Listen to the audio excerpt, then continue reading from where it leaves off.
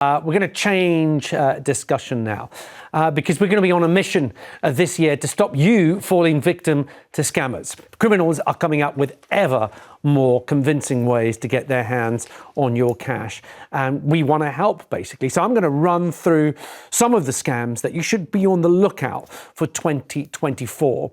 But whilst I'm doing that, have you been scammed? Is there something going on in your life right now that you think might be a scam? Have you received an email or a phone call or a text message? Pick up the phone, let us know, and we'll discuss it here on the show. 0207 862 2222 is the number that you need. First up, I want to talk to you about QR codes.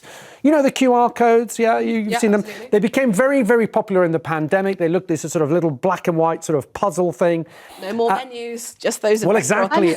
A lot of restaurants saying, look, instead of handing menus out and sort of everybody touching a menu, we'll have a QR code. You use your smartphone, which takes a picture of the QR code and takes you to the menu. They're actually very handy things because it's easier than giving people a web address, because then you have to go www.hyphen./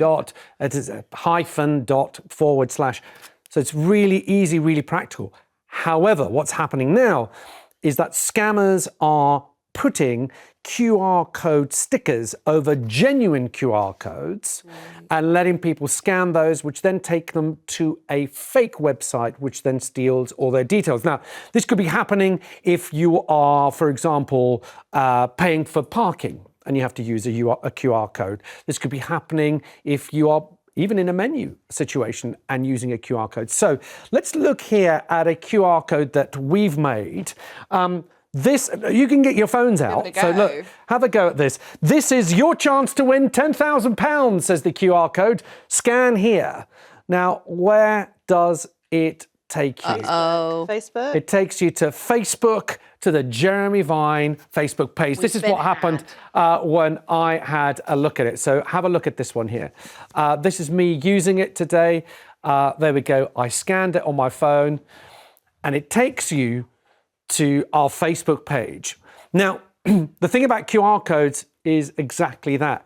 You never know where that QR code is going to take you because you don't, the URL, the address will pop up briefly, but people who are in a rush will just click on a link and you go to a website. So I would say be very, very careful when you're scanning a QR code. Look at the website where it takes you and make sure you're on a genuine website. I generally try to avoid them if I can.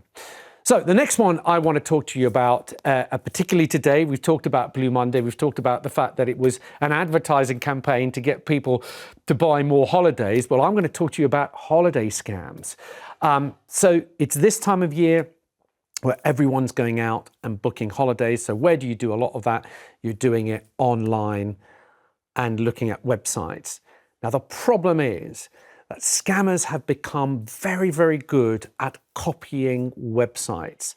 I did a show on Channel 5 not too long ago where we copied a website. It took us 3 seconds to copy it because you literally can just rip the original and put it on the fake website. Can you put the padlock in there? Because I remember when I did it used to be it used to be if it doesn't have a padlock. Okay, so the padlock, that's a very, very good question. The padlock means that the communication between you and the website is secure. So it doesn't mean that it's a safe website. Does not mean it's a safe website. Thinking it meant So it could be a padlock between me and the scammer. Absolutely correct. Absolutely correct. So scammers pay, I think it's an extra between $5 to $10 to get your padlock on your website. So if you're looking at the padlock, that doesn't mean that the website is genuine. Yeah, we really do. But if you're in a financial website or you're about to put in any credit cards and you're sure that you're on a genuine website, you should have a padlock there because that means your information is encrypted. But let's show you, just to show you how easy and how good scammers have become at designing this website.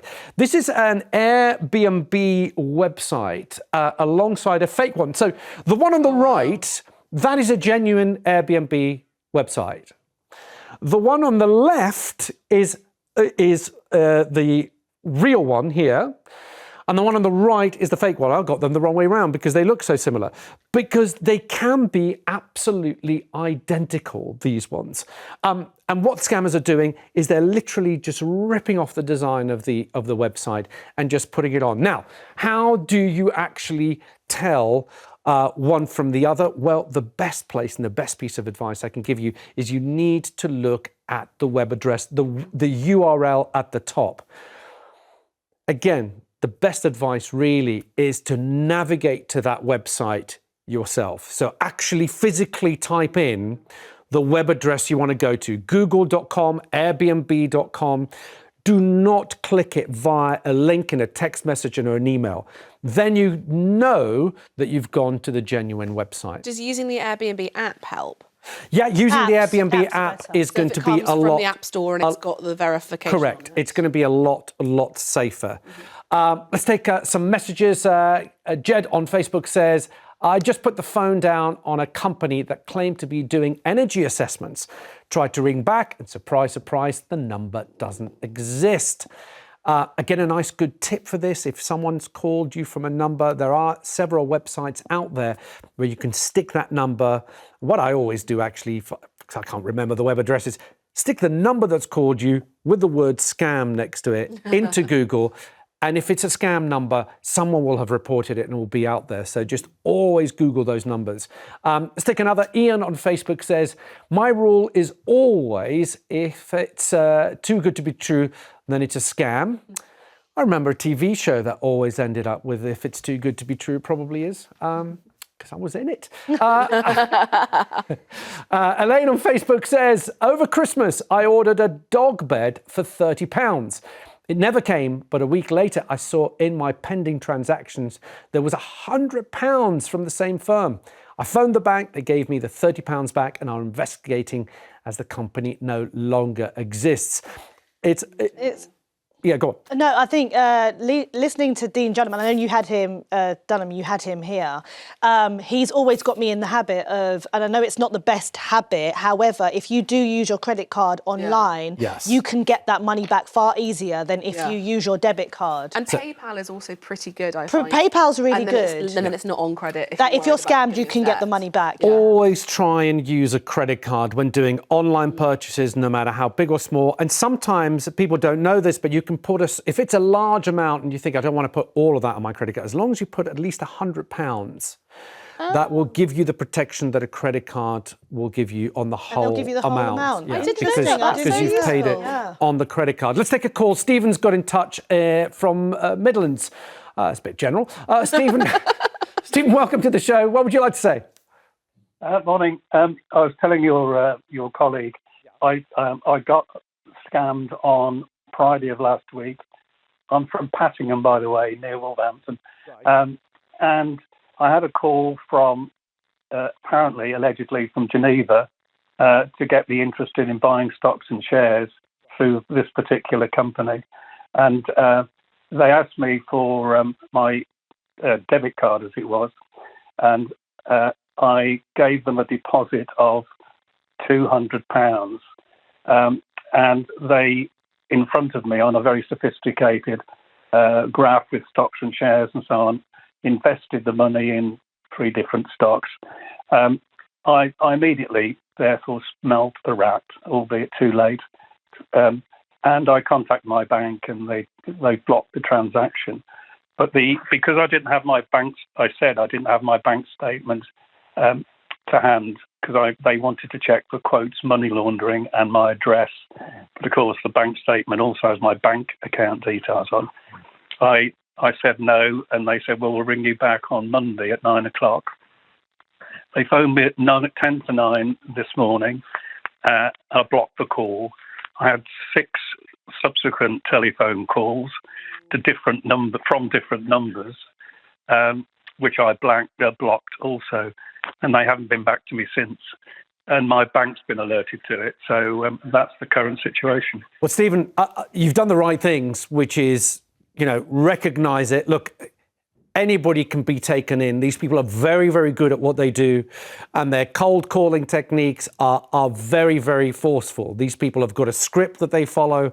It's designed to get people hooked in. But what's interesting is what happened to Stephen. There's research that shows that 1 in 4 people know that they've been scammed the moment they put the phone down. And what Stephen did was exactly right. Call your bank straight away. Straight away tell your bank. and cease communication. And you could tell that they knew they were on to a good thing because they've tried to call Stephen, 7 or 8 times today. Thank you, Stephen. Look, one last one I want to bring to your attention because of that time of year are scams involving the HMRC, the tax man, basically. Yeah, we've had that. So you both had those. And I think if you're self-employed or if you're freelance, this is a stressful time. And it will make you panic. Yeah, absolutely, completely. Exactly. On the HMRC, they show what a text scam looks like. So let's have a look. You're bound to get a text message like this, which just basically says, HMRC refund.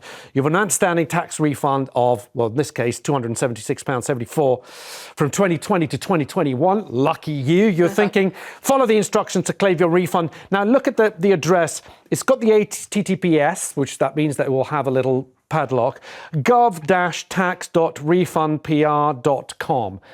Suffice it to say that's not the real HMRC website, so you should delete that straight away. You should also try and report that by forwarding it to 7726.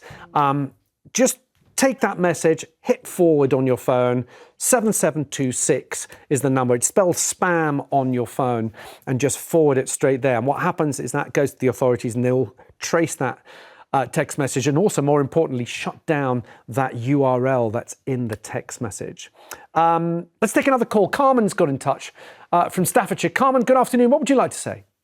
Good afternoon to you, Alex. I got scammed for £7,000. It was to have a bathroom fitted and a kitchen. My kitchen is in a disastrous state. Nothing is how it should be. I've got lights hanging down. The sink isn't secure.